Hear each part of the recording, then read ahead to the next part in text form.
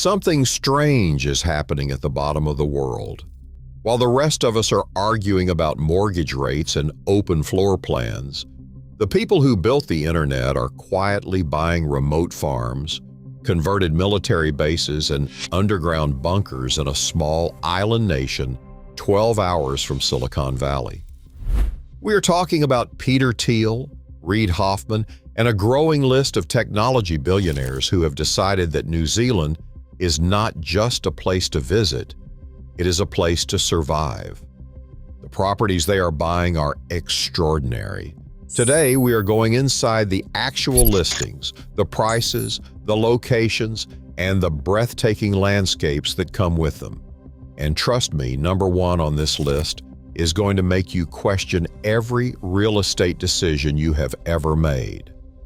But first, why New Zealand?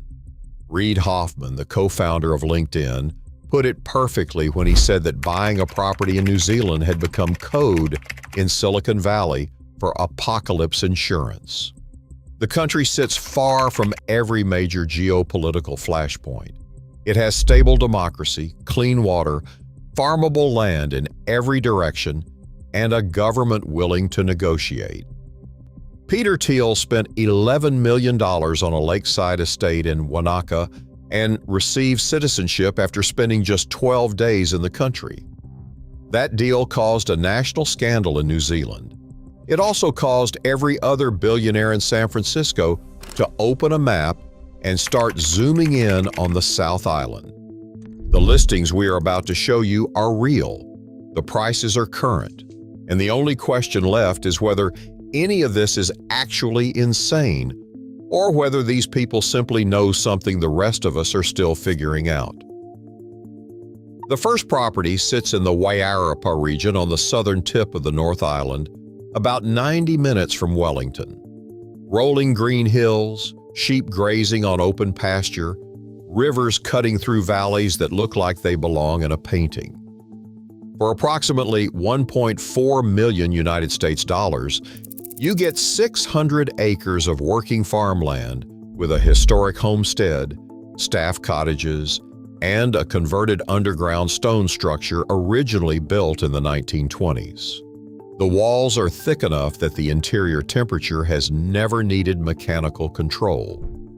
The property draws its water from a river running directly through the land, generates its own power, and produces enough from its cleared farmland to sustain a small community through any season. From the outside, it looks exactly like what it is. A beautiful, remote, productive New Zealand farm. That is the point.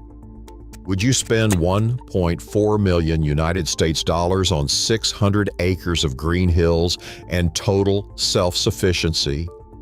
Drop yes or absolutely not in the comments. The second property is where things start getting serious. On the vast, flat Canterbury plains of the South Island, roughly 40 minutes from Christchurch Airport, a former government communications site has been converted into a private residence with serious emergency infrastructure underneath it. The listing price is approximately 2.8 million United States dollars.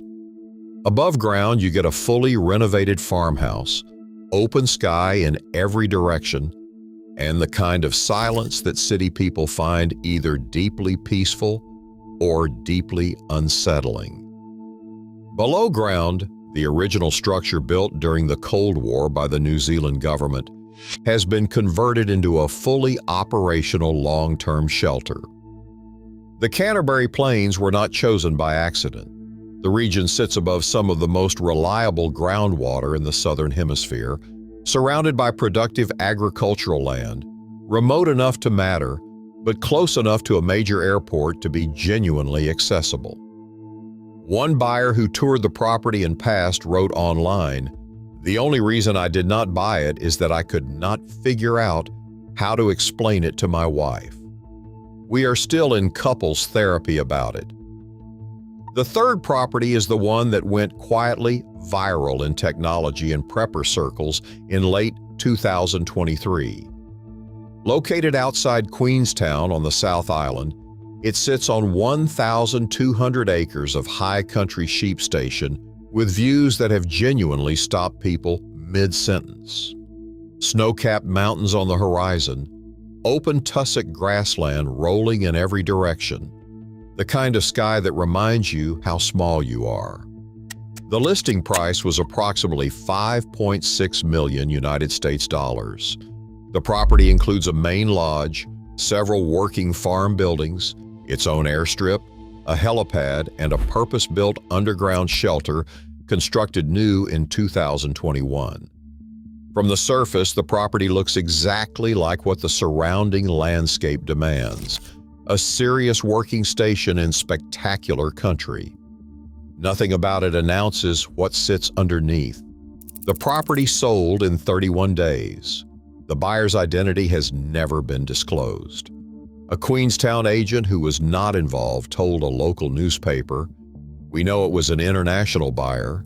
We know it was not their only purchase in the region, and that is all we know." The fourth property is the most accessible on this list in terms of price, and it has the most interesting backstory. On the Coromandel Peninsula on the North Island, a 90-minute drive from Auckland through some of the most dramatic coastal scenery in the country, a former gold mine site covering 320 acres has been listed for approximately 1.1 million United States dollars. The land is lush and green, carved by a freshwater stream with established fruit trees and open growing space across the property. The working farm buildings sit comfortably in the landscape, and running back into the hillside is a network of original mine tunnels, dry, structurally sound, and already connected to power and ventilation that stretch 400 meters into the earth. A Silicon Valley engineer who relocated to New Zealand and toured the property wrote about it on a prepper forum. He said the tunnels are the feature, but the land is the asset. 320 acres on the Coromandel with fresh water and growing space is worth the asking price before you even walk underground. The fifth property is not underground at all, and that is exactly what makes it the most interesting of them all. On Great Barrier Island, which sits in the Hauraki Gulf about 90 kilometers northeast of Auckland and is accessible only by ferry or small plane, a 160-acre coastal farm has been listed for approximately 1.9 million United States dollars. The island itself feels like a different country. Forested hills drop down to wild beaches. There are no chain stores, no street lights, and no connection to the national electricity grid.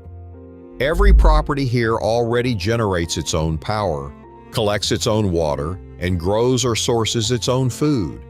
The island has a permanent population of around 900 people who simply live this way as a matter of daily life, not preparation.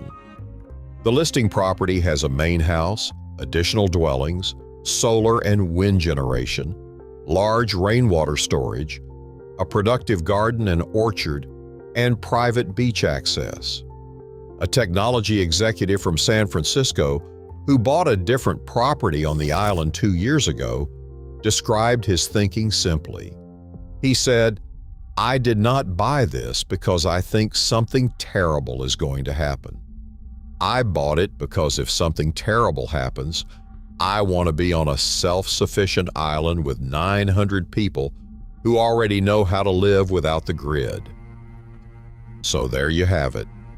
5 properties at the bottom of the world that tell you everything you need to know about what the people who built the modern internet actually think about the future.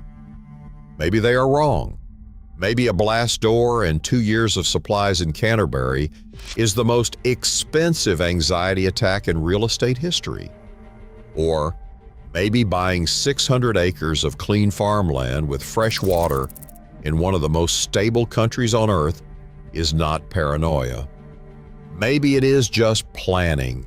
Drop your take in the comments. Subscribe, because we are just getting started. And if you are genuinely looking at New Zealand right now, the links are below. See you at the bottom of the world.